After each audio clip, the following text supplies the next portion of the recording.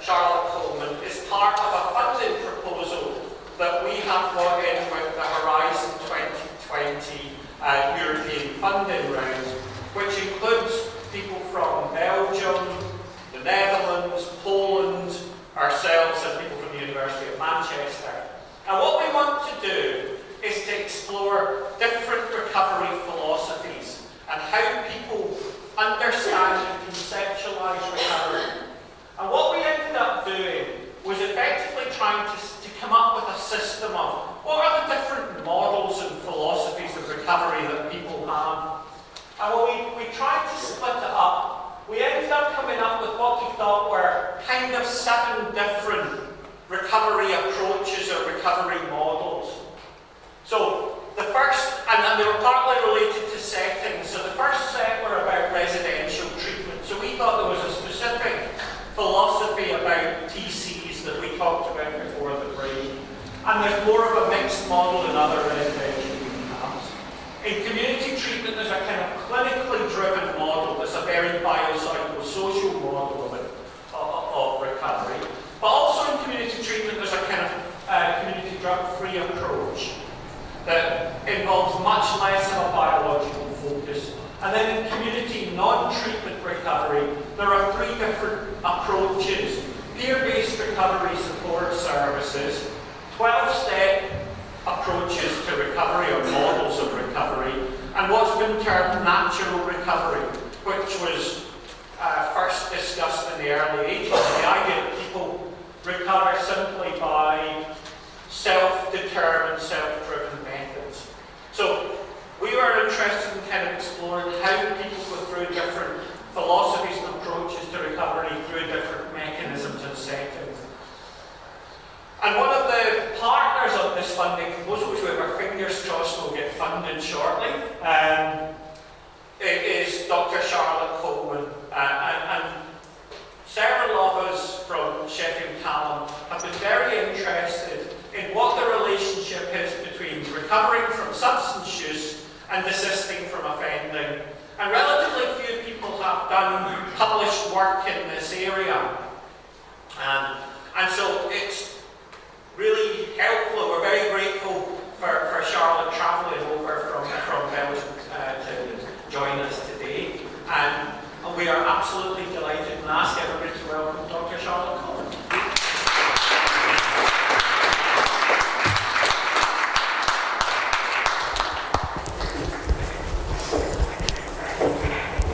Hello, so I'm Charlotte. It's very nice being here, so thank you for the invitation. And I told David that this is a very nice group to be, like very supportive people and very kind people, like big brother, little brother, strong man, and chief. So it's very nice being here. So today I'm going to talk about stories on desistance and recovery of drug-using offenders. And before starting my PhD, which I defended in 2014, I've done, you can give the next slide. I've done a lot of research on the relationship between drug use and crime. So I have been focusing a lot on onset, persistence, and duration of criminal careers, and the relationship between those criminal careers and drug-using careers. And it was kind of a logical evolution that I now have been focusing on stop using drugs and the combination and the relationship between stop using drugs and stop committing offenses. And can I click it? It works now. Perfect. So there you go. Thank you. So, although we do have a lot of evidence on the relationship between drug use and crime, for example, we have a lot of theories stating that drug use can lead to crime, crime can lead to drug use. There is no kind of causal relationship, or not always a causal relationship between the two of them. For example, not every drug user is a criminal, of course not, and not every criminal is using drugs. But although we see or we have a lot of studies on onset and persistence, we don't have a lot of studies focusing on stop using drugs and its influence on stop committing offenses. So when you look at the desistance, so quitting offenses, and recovery, stop using drugs, we see that both concepts are rarely linked to each other. And when there are studies focusing on desistance of drug users, they often use recovery and desistance as synonyms, like they are interchangeably, like recovery is the same thing as desistance, like stop committing drugs is just the same process as stop committing offenses. So I was basically interested in whether there is a link between recovery and desistance, and if these are equally important processes. And this is not scientifically correct. It just gives you an overview of all the concepts and theories on recovery, one side, and desistance, the other way. This is very theoretical, so I'm not going to focus on this during my presentation, but it's just to give you an idea that there is a lot of overlap in concepts and theories on recovery and desistance. For example, recovery and desistance are both talking about maturation, drifting out, getting older, about the influence of social bonds, like having a relationship, becoming a parent, having a good job. About identity, about stigma. And although we see a lot of overlap between desistance and recovery in concepts and theories, we also see that sometimes they use the same words, but they do have a different meaning. For example, when we look at identity as a concept in recovery, we see that identity is much more discussed in detail in recovery literature than it is in desistance literature. So what I just want to say with this kind of slides, or 3 slides, is the fact that there is overlap, but we can't use those both concepts as synonyms, but we could evolve to a kind of integrated theory of desistance and recovery, where we can use the positive things of one theory to use it to overcome the limitations of the other theory. But I want to focus on this, and these are the results of my PhD that I defended in 2014, and it consisted of a quantitative part and a qualitative part. And I'm going to focus this presentation on the qualitative part, because to me that's the most interesting part, because these were interviews with former drug-using offenders. So these are the best persons who can tell me more about their relationship between stop committing offenses and stop using drugs. I have selected my respondents based on a drug career and a criminal career.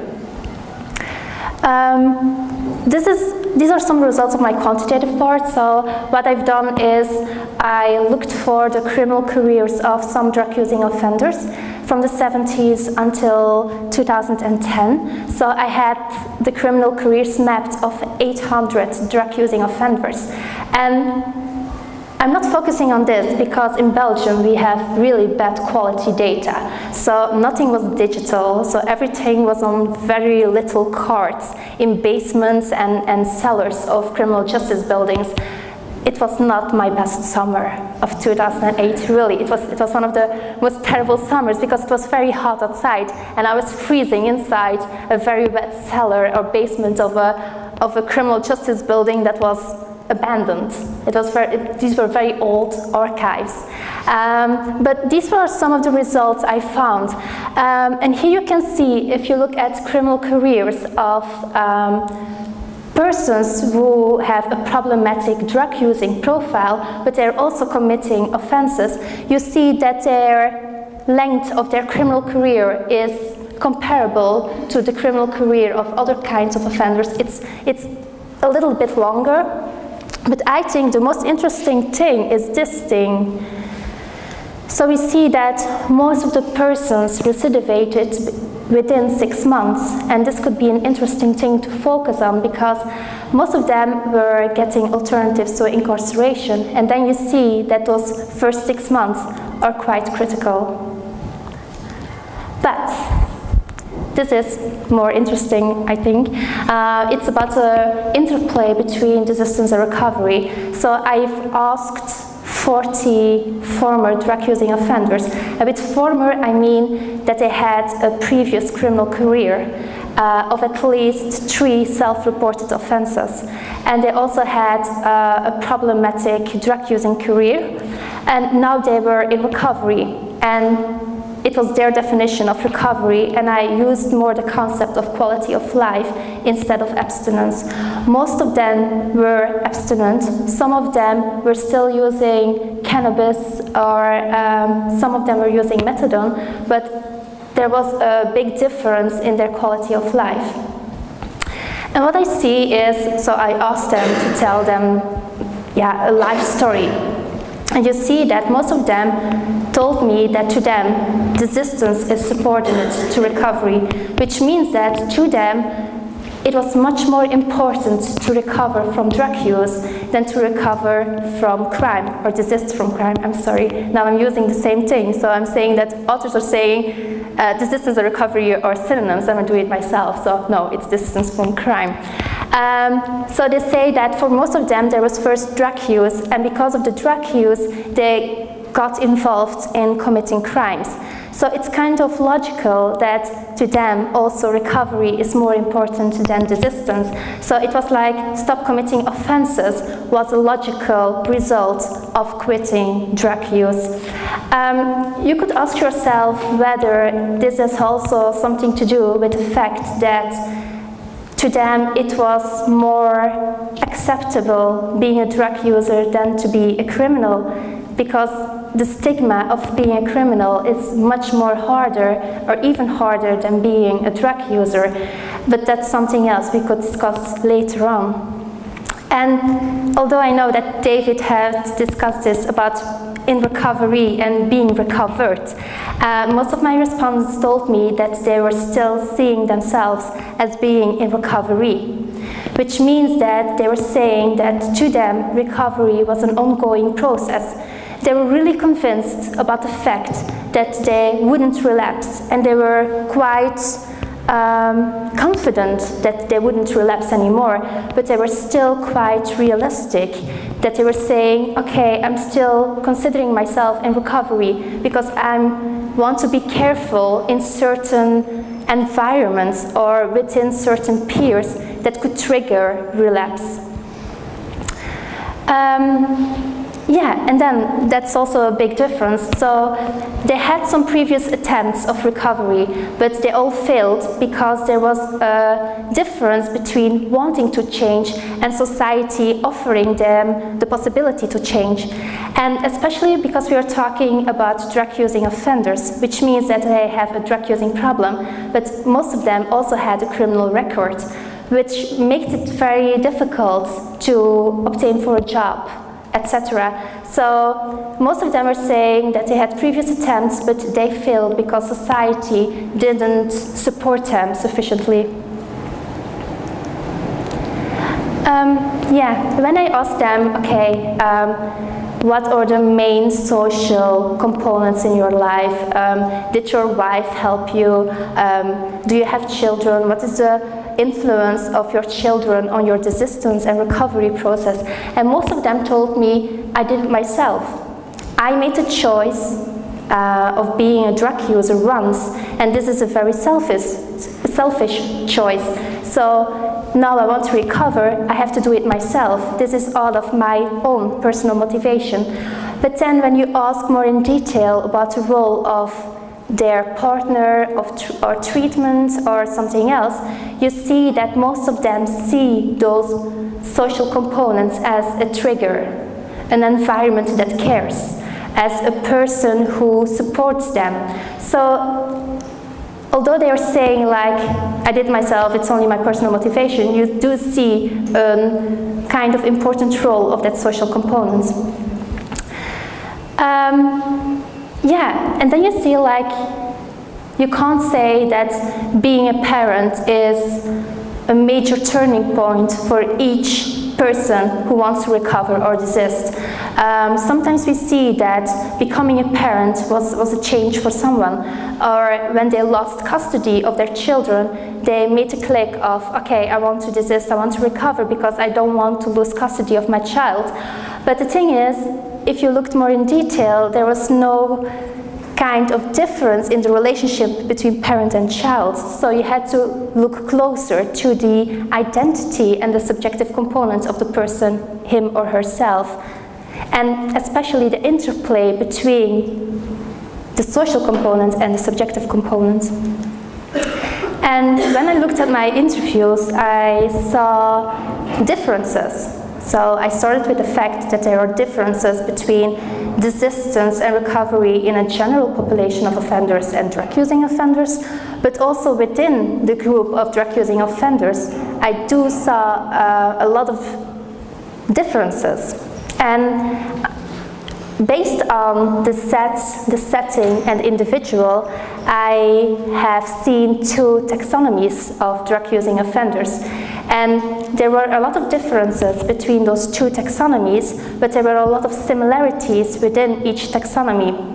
So before I give more information about the taxonomy, I also have to mention that these taxonomies are also based on my sampling methods. So I did a snowball sampling, which means that one respondent gets me into contact with other respondents. But my main gatekeepers were from treatment and criminal justice system. So if I had more gatekeepers from recreational settings, I could have had like 3 or 4 taxonomies. I just want to say that recovery and desistance is not the same process for every type of drug user or drug-using offender, so it can be different for several types of persons. But I found in my data 2 taxonomies of offenders, and I call them Peter and Roy. And there are a lot of differences between their onset, persistence, desistance, and recovery process. So Peter, he was a kind of person, I used male names, but it could have been females too, so I just used male names, so it's nothing, don't mean anything with it. So Peter, he grew up in a problematic life environment. Sometimes there was abuse, there was poverty, etc. But Peter, he started using drugs to escape from emotions. And becoming a drug user was a kind of ritual. And it evolved rather quickly to a problematic drug-using pattern. And the kind of crimes that Peter committed were acquisitive crimes to finance drug use. There were also problems on other life domains, like homelessness or financial problems or problems with relationships. And the recovery process of Peter was like, okay, recovery is more important than desistance because it all happened by starting the drug use, and the crime resulted because of the drug use. And Peter made the change like one day, like a kind of rock bottom. Like, I have to change now because otherwise I'm going to die, or otherwise I'm going to lose everything. So Peter's kind of recovery and desistance process is more like, I'm not going to say emotional, but it has, it's more like a rock bottom experience. And Roy, he started drug use in a kind of other environment. It was more like the party scene and getting along with peers. They also used different kinds of drugs than Peter did. So I think the main drug of Peter was mostly heroin, and the main drug of Roy was mostly cocaine or amphetamines. I do have to say that Peter, as well as Roy, are poly-drug users, which means that they use several types of drugs and also alcohol, but I focused on illicit drugs, and the main drugs was heroin for Peter and for Roy, cocaine. So the reason that Roy started to use drugs was because he wanted to have the best of both worlds. So he wanted to go to parties. He had a good job, so he wanted a combination of having a good job and partying. And people who didn't use drugs, he described as, they have a rather very boring lifestyle. So they were having fun, they were combining both worlds, but then after some time it evolved to a problematic kind of use too. And they were getting problems on other life domains and they committed mostly psychopharmacological kind of crimes, which means that they committed crimes because of influence of drug use. Their desistance and recovery process, also to them, recovery was more important than desistance. And most of them saw desistance too as an unconscious process, which means that it's kind of a result of their recovery. But some of them told me, no, to me, desistance was very conscious. And this was a very small group where we see that committing crimes was a very big part of their lifestyle. Peter has a kind of internal focus, whereas Roy has an external focus. So when we look at the subjective components, we see that Peter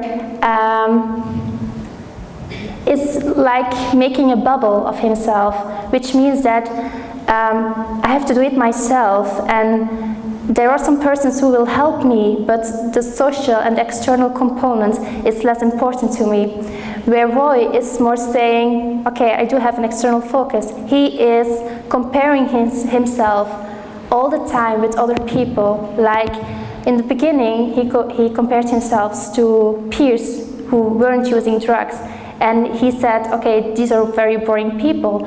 But then after a time, he noticed that he has a kind of backlog, I don't know how you say that he was falling behind, related on social timing. For example, the old and boring people, they were having children, they were getting a very nice house, a very nice job, and Roy was feeling behind in means of social timing. So he was comparing himself to those others, and perception was very important in the recovery and desistance process. This is a kind of overview, and you see that the subjective component, how bigger the box is, how more important it is for Peter or for Roy. And here you see too that Peter has that internal focus, that rock bottom experience and those feelings during recovery and desistance, whereas Roy is more focused on the confrontation with others and the kind of comparison to others.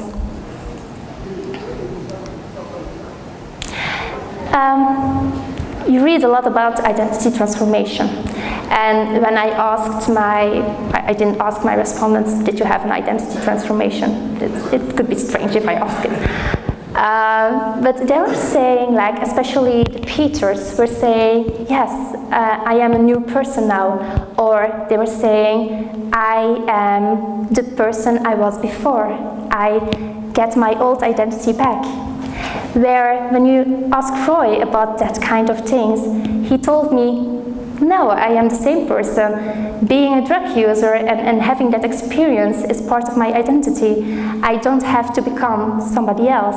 So, whereas you see in literature and you read a lot about identity transformations, that you can only be recovered or desisted when you have that identity transformation, you see that it's not that important to Roy. Stigma was also really important for both of them, but they also experienced it in a different way. So Peter felt guilty about his past, and he also told me, like, okay, I'm not sure whether I can make it better in the future. I will try my best and I will do my best, but I'm not sure if I can, how do you say that? If I was not a drug user, that I can go back and make a very bright future. So he was a little bit more pessimistic. It was not pessimistic, it was rather realistic, and Whereas Roy, he only regretted the fact that he was falling behind on social timing, that he was having children when he was 40 instead of being a 30-year-old. And he also compared himself to Peter's. Okay, I think I'm not that bad. I didn't use heroin, and I didn't steal, or I didn't commit any property offenses. So there was kind of a hierarchy within the group of drug-using offenders, comparing to themselves to other drug users. But the main similarity was this.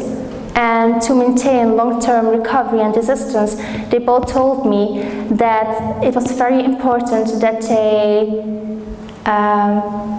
left the environment that they were in before, that they had to cut former drug-using and criminal environments. And that it was really important to have a supporting network. For example, a girlfriend or a treatment service of a good friend who supported him, or a buddy, somebody like that. It does have a lot of implications for policy, practice, and academics. I'm not going to say the implications for academics because that's really boring. I'm going to focus a little bit on the implications for practice. This is based on implications of Belgian practices. For example, we see in our treatment services that we see a kind of one-size-fits-all approach.